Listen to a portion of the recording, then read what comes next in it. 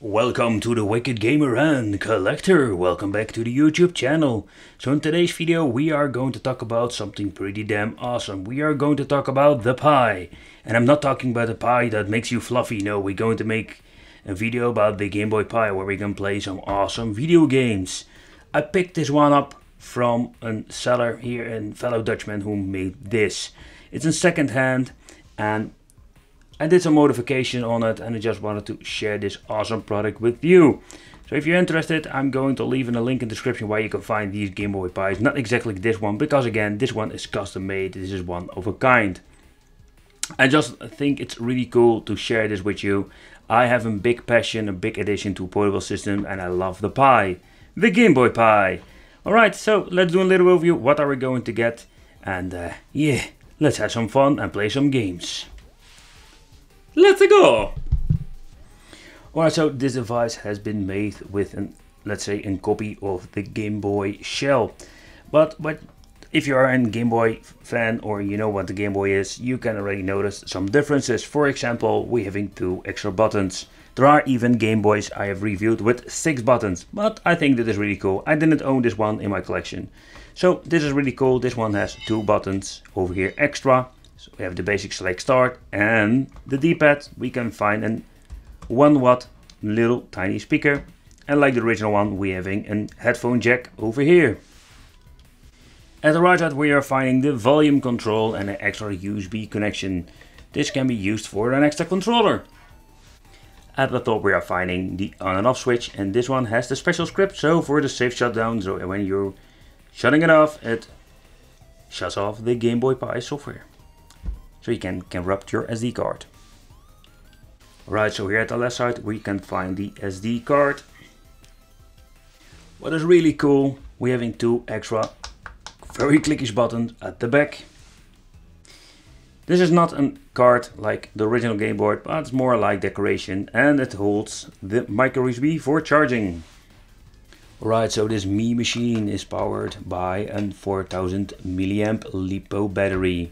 Pretty damn awesome, a lot of capacity, so we can play for quite some time. Alright, let's do something pretty wicked. Let's do a little bit of a side-by-side comparison with the original Game Boy.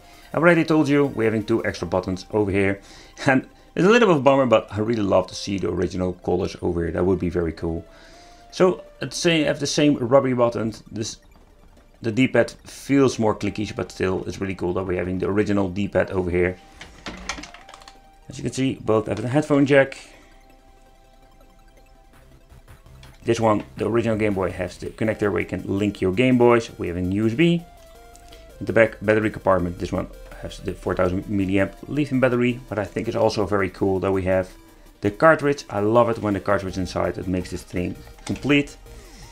The only thing that I think is a bummer that we don't have any connections over here. So yeah, normally we have the contrast. There is, by the way, no way of adjusting contrast so far I know. And this one contains the SD card. The measurements of the casing are so far I know the same. Alright, let's power it on. And let's see what kind of display he have used. It's not an EPS screen, or no, I think not. But it looks very well. Alright, so we're going to boot up RetroPie and we're going to do a little scroll through the menu. So what I really like about the Game Boy Pi, this one is based on the Pi Zero. This one is less powerful than the original Pi, but still powerful enough to play a lot of awesome games. So that people are not familiar with Raspberry Pi or the Game Boy Pi, it's a really great system that supports a lot of old games. As you can see, the support goes from the old Commodore, Atari up to PlayStation 1. Alright, so let's do a little bit of overview, let's play some games and let's have some fun. Let's start with the original Game Boy. Oh, the squeaky battery cover. Oh, that sounds so cheap. So about the modification, I did a small modification with the D-pad. The reason why, because it was not very responsive. I fixed it, so it's now playable.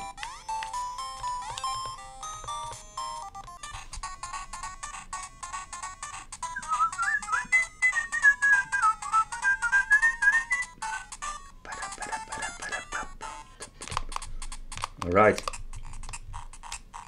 Let's go. Let's play some Gator Pinball.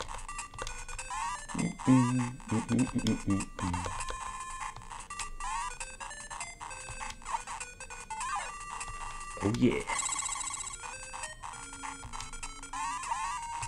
Come on, go to the left. Go to the right, yeah.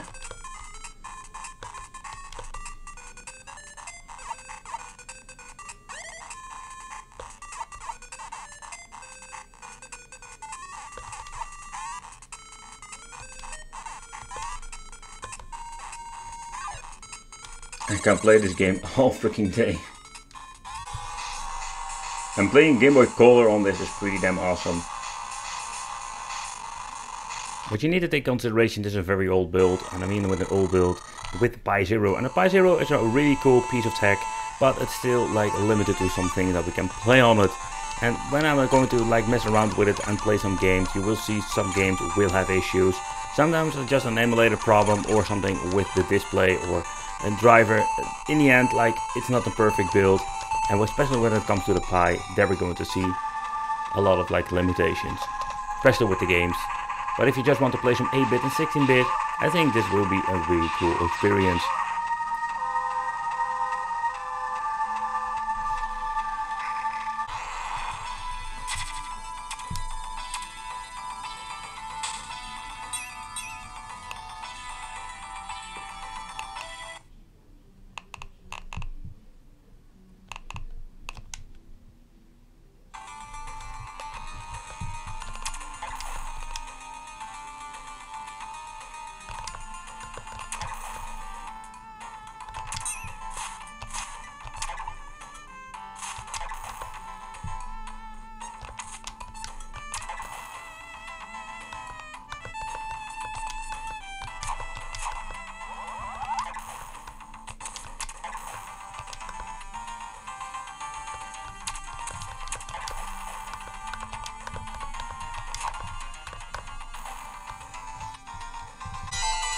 Alright, so in this part we're going to play Sonic. It's a fast game, fast action game, and the reason why is very simple. I have noticed a lot of screen tearing, and sometimes you can notice it too if you look very closely. Now you cannot see it, but some games you have this weird screen tearing.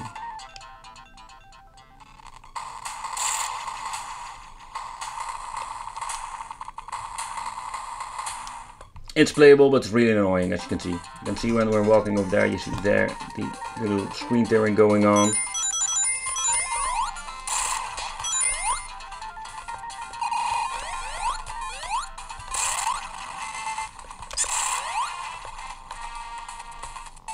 No ring.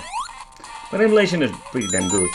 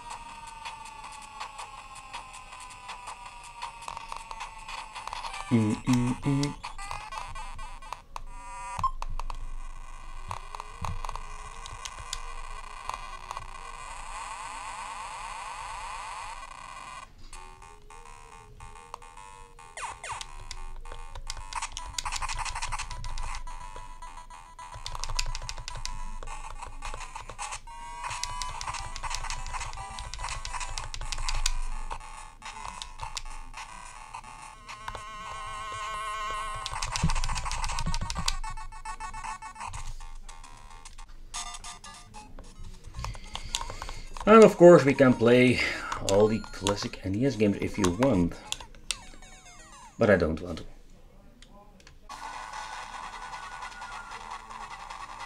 And if everything is correctly configured, you can play your arcade games even on the Game Boy Pi with the Zero inside.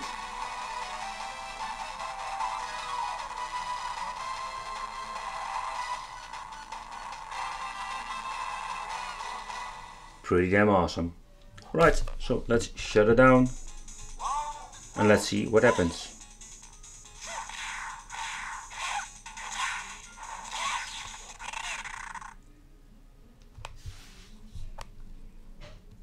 The safe shut down, he fixed it and it works like a charm. Pretty damn awesome. Alright, so let's open up this little meme machine. I just wanted to show you what's inside, give you a little bit of a tour. It's not a real teardown. I'm not going to rip it all apart. I'm just going to open it up and show you so you understand what's inside this little meme machine. Alright, so what we need to do is open up this cover. We need to remove the battery, or remove the problem is there is no connector here, so we need to open it up and then we can remove it. We're having 2 screws under the battery compartment and we're having 2 over here and 2 over there. Alright, so very gently lift it up, because it's possible if you put it in the wrong direction that you're going to break something off. Alright, and here is where all the magic happens. So I'm not going to remove the battery. Why should I? Because it's open and I can show you over here. Alright, what do we have? We have a little PCB board and I think you can read it. It says here safe shutdown. So this one is for power on and off. And when having the script installed that the previous owner did, you can just put it off and it automatically shuts down. Alright, from EDA Fruit we're having here the power boost, or in other words, what I'm understanding, this is a conversion board and it separates all the power. Alright, so here is the battery connected, and as you can see the wires go all around to the PCB boards and all the other things that are going to need some juice. Alright, so this thing is running on a Pi 0, as you can see over here. We're having this very flexible cable, it's more like rubbery cable that connects the HDMI to the display port. Here comes 2 micro USB connectors, and these giving some juice to the Pi 0 and this board over here. Alright, so the Tinker Boy, this is the PCB board that's basically giving some signal to the speaker over here. And of course the buttons are directly connected with little membranes for controlling the system. In other words, this is the main board of this meme machine, because this is the one that is needed for controlling the full system. I'm not going into depth and I'm not going to tear down it anymore or any further, because I think it's a little bit of waste, and to be honest, I'm just afraid I'm going to break something and then I need to resolder or replace. So I just wanted to show you this, because then now you maybe have an idea what is going on in the Game Boy Pi. I know these things are pretty expensive to buy or to make, and this is the reason why. There are a lot of small, not very cheap components. I know PCB boards and all some of these components are not very expensive, but if you're putting it all together on one big list, you understand that together all these little PCB boards are quite some money. And not to forget, you need to solder them and make it yourself, if you want to do it yourself, of course. But if you buy it from, let's say, Funny Playing, these are all handmade. So there are going to be a lot of man hours into these things to make them. So just keep that in mind, just wanted to say it.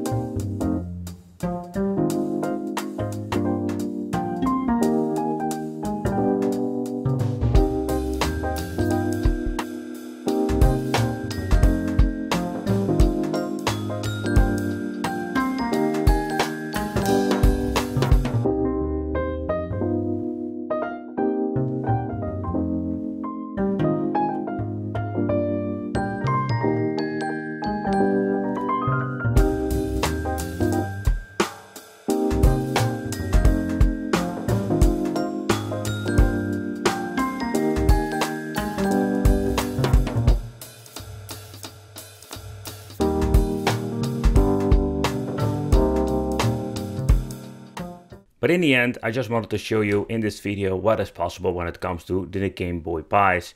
There are a lot of different versions out there. This Zero is just completely outdated. We even have like new ones with CM4 or with the Raspberry Pi 4 inside. In the end, like those are way better and capable of running so much more.